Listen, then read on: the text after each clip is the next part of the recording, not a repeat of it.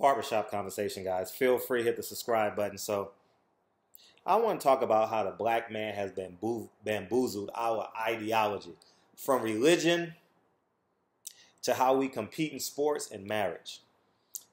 Let's digress and go backwards. I may not even get into the religious ideology because I can talk about that for probably for the rest of my life.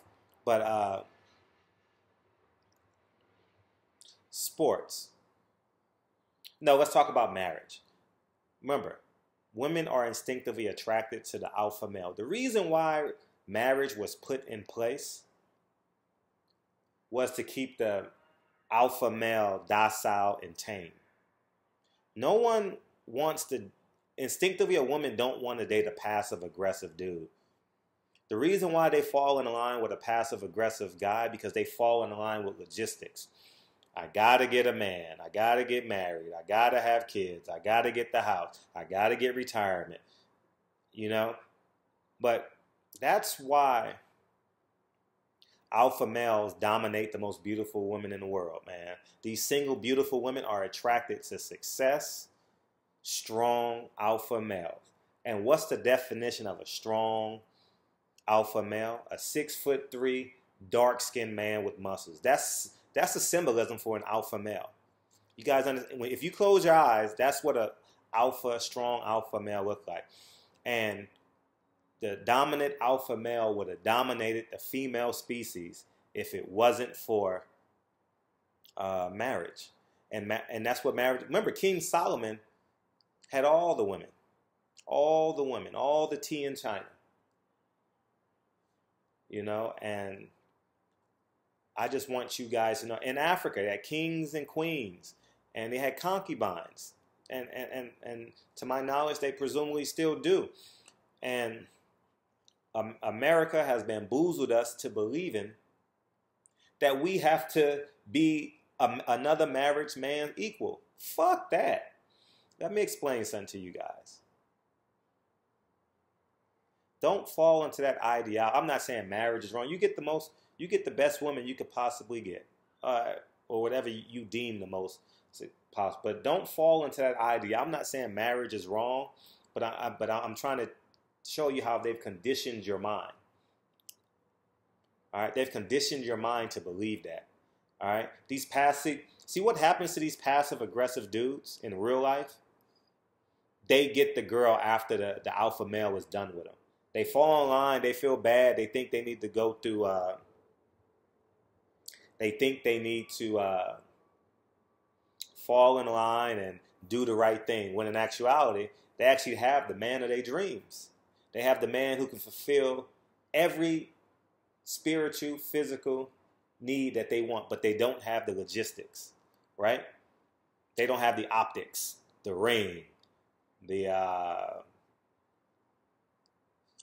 house, the marriage, the ceremony, the bridal shower, etc., etc., etc.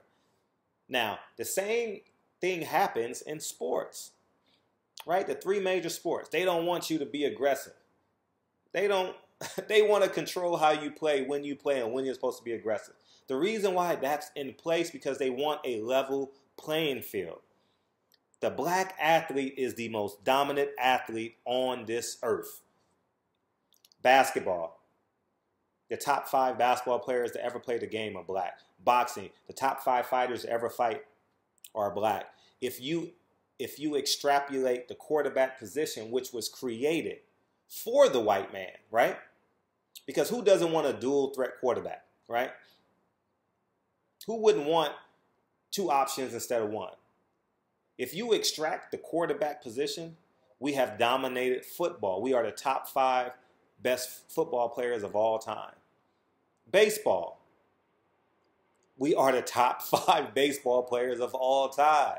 You guys understand what I'm saying? So don't be distracted with all this, the optics of LeVar Ball saying with 3 white. Well, let me tell you, if you have 5 great black athletes, I want them. I'd rather have 5 great black athletes than 5 great white athletes. And that's just how I feel. That's what I believe. You know, if you look at this, look at the Final Four this year, right? Who was in the Final Four? Gonzaga. Gonzaga, North Carolina. Shit, it just happened. Gonzaga, North Carolina. Well, I'm willing to bet you 75% of the minutes played in the Final Four were by black athletes. You understand what I'm saying? So that's just what I believe and how I feel. Oh, Oregon played, who did Oregon? Oregon lost to North Carolina, and Gonzaga beat South Carolina. Look at the athletes on the floor. 80% of the minutes played in the Final Four by black athletes. And if you take Gonzaga out the equation, it probably goes up to 90%. 85%. I don't know, but it's a high percentile. So between marriage and sports, they want to tame you and keep you docile. Be the aggressive black athlete that you are. Be the aggressive black man that you are. Don't fall in line. I know we have to assimilate because the world we live in, we don't want to live a life alone. So there has to be some degree of assimilation. But don't let them castrate you. All right. And I was inspired by LeVar Ball's comments and the people going in on LeVar Ball. Well, Jimmy the Greek said it best. And he was fired by CBS. Remember that? LeVar Ball says it best. It's hard to win any type of championship without being led by a black athlete. And you guys will say, what about Tom Brady? Let me tell you something about the quarterback in the NFL. It was created for the white man. That is their last bastion in American popular sports, the quarterback position. And now that we're probably in the first or second generation of, damn, I got to go. I want to finish. It's going to be a part 2 to this video. So we're going to stop it here, and I'll talk to you guys soon. Peace.